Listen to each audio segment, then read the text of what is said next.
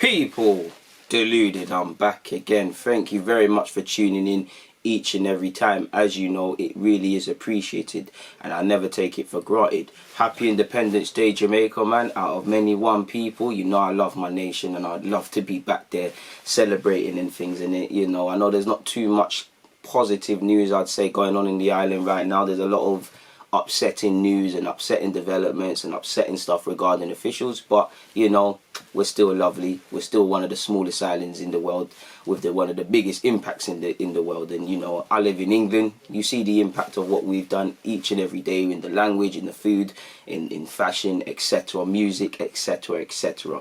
But moving away from that, and there's some Arsenal news. Now, first and foremost, Martinez. Now, there's a lot to be said about Martinez. Does he leave? Does he go? He wants to be number one. He wants to play regular football. He wants to be more than a cup competition goalie.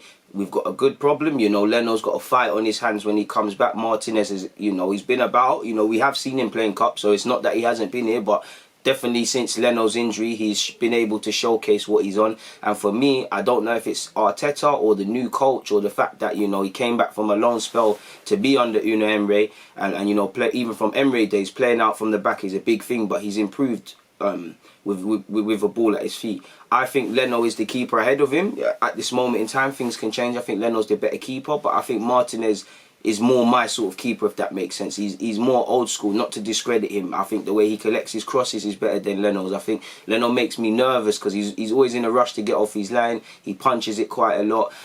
You know he's a good shot stopper, but at times he can parry it into problems. But take nothing away from Leno. I just feel, you know, Martinez is more the old sort of keeper. There's a calming sort of nature about Martinez, which I like. For Arsenal, it's a good problem, you know. We need competition all over. You know, there might have been a degree of complacency with Leno. United's irrelevant from this, but look at De Gea. Again, if you had a better keeper than Romeo, with all due respect, because he is a decent number two, but someone that could challenge De Gea, would De Gea be making the mistakes he's making? Would he stagnate to the level he stagnated? I don't know. It might be the case, but, you know, with Dean Henderson potentially coming back, you know, he's got pressure. So you might see a positive or negative reaction. Same way with Leno. Leno knows he's going to play every game. Now, to be fair to Leno, he has made mistakes. You know, for me, the biggest one, Chelsea, where he comes off his line and he basically Jorginho has a free net. There's been several incidences, but 9 times out of 10, Leno has put a shift in, and there's been times we've lost, and he's been one of the best men on the pitch. You know, and it's quite sad that you have to say that.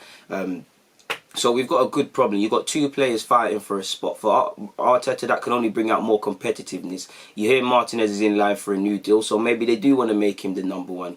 I don't think there's much in it in terms of ages. Like if I look at the ages quickly, people. Martinez, Arsenal, let's see how old he is. 27. So he's at the age where he needs to play. He's been here since a kid. He needs to play. I think Leno's a couple years older than him. Oh, well, Leno's literally a year older than him at 28, so it's a difficult one, and they're both at the stage where they want to play consistent football, and Leno's been a decent signing, but, you know, Martinez is probably the one that could field more offers. The club might say to themselves, listen, you know, he's showcased himself, he's got a year left, Leeds are apparently interested in him. Can you get a 30 million for him and a sell-on clause? You add that 30 million to what Guendouzi, a similar sort of fee, and the several other players, we can raise sort of funds. Me, I want to keep Martinez, and, you know, I think he's the number one for next season, or going into next season and in pre-season and stuff, until Leno earns it back sort of thing, because, you know, Leno didn't deserve to lose his spot, but it's not like Martinez has, you know, been shaky. He's been superb, so he's got a, you know, he's got a fight on his hand. Martinez has made no secret. He said, I showed that I can play. I need to play more games next season. I want to establish myself at Arsenal and become first choice. If I don't play, I'm going to move. I'm going to where I can play more. So what does that tell you? That tells you, you know, if I think first and foremost, he's going to have to sit down with his agents and his close ones and see how he's feeling. Then an honest conversation with the executives at Arsenal, but specifically Arteta. You know, clearly, you know, Arteta, when he came over, took him over, you know, thought Leno was the better key because Leno's the one playing sort of thing. Martinez is now complicated, and that's what football's around, giving your manager problems when you get an opportunity. But he has to have an honest conversation between Martinez and Arteta and say, listen, boss, gaffer, where do you see, man? Like, do you see it as a thing where Leno comes back, he's number one, and I'm number 2? Am I your number 1? Or is it neck and neck and it's down to us to fight for it? So for me, that's what needs to happen. And by that terminology, I'm inclined to believe that, you know, he'll at least stay for the first 6 months of next season and fight it out with Leno. And if he can't, he'll move on. But then again, if Arteta comes and says, listen, you're going to go back to being number 2, Martinez has to say, you know what?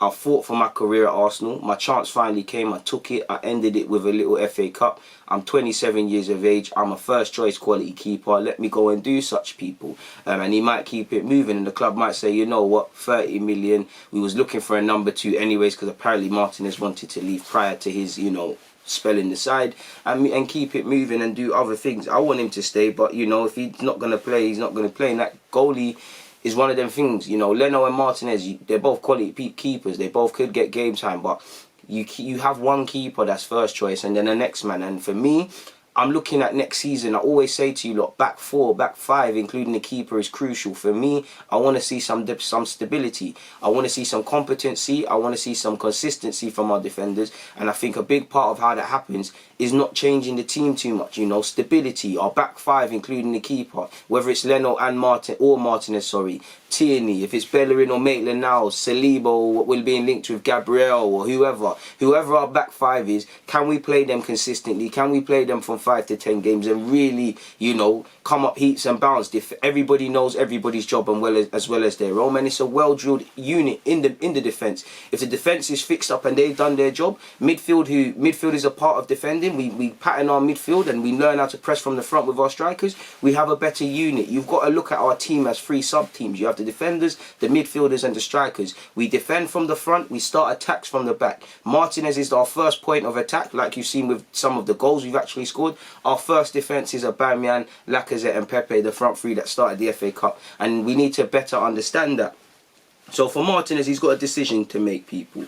Moving away from that though, and John Cross has allegedly said Arsenal were offered, well, it's important before I say that to remember, apparently Arsenal are still going for Coutinho regardless of Willian and stuff like that. But John Cross has said Arsenal were offered Philip Coutinho but are not pursuing that deal. Willian highly likely to sign for Arsenal, but that means Coutinho won't happen. They won't do both. We'll have to see what happens in that regards. Moving away from that though, apparently people, Arsenal have moved ahead in the race to sign Lille defender Gabriel after a meeting at the start of the week when the Brazilian found the North London's club's reps to be particularly convincing. Saying that though, apparently Man United were, last week in talks with his agent. Apparently they haven't progressed talks or had an official bid, so there's still noise to come from United. He's previously been linked with Napoli. Obviously he's previously been linked with Chelsea and frequently linked with Everton. Apparently he has his heart set on a Premier League move. Apparently Arsenal's the one who's won it. You know, when I see Premier League, I think there's enough things to entice him. You know, Everton's project, you know, Carlo Ancelotti, there's enough reason to sign for Everton. Arsenal with what Arteta is doing. Man United in the sense of it's a historical big club and the law of Champions League, as well as trying to return them to the top. Chelsea with what Lampard's doing. There's all different sort of propositions and attractive prospects for Gabriel. And for Lille, it's in the longer Gabriel delays is better because it's probably more money for them. Some reports are saying Napoli was the front runners and Arsenal have leaped ahead. You know, I'm sure you've all seen on Instagram the typical question a fan asks is, touch your hat if you're signing for Arsenal. He touched his hat. Obviously he has his former former teammate and current Arsenal player Pepe, so that could help, but we'll never know. I would like him purely, first and foremost, the price tag, 30 million euros is a steal. You know, he's got potential. He is not been in the game at the top level the longest, but he's shown he can develop. I like how he likes to defend from the front foot, which can go against him. He is very good on the ball. He can play on the left hand side, which is obviously an added bonus, and he's got youth on his side. So again, him and Saliba will have some teething issues, but if we could get something like that going, you know, in terms of Tierney, who's in his early 20s, you know, Bellerin and Maitland-Niles, Maitland-Niles is like 22 turning 23, Bellerin's 25. You know, you've got the right ages, and you mix the mix and blend of experience experience between Lacazette, Aubameyang, you know, Xhaka through games accumulated and things like that, you have a better squad. So I would be open for that, but it looks like nothing's agreed.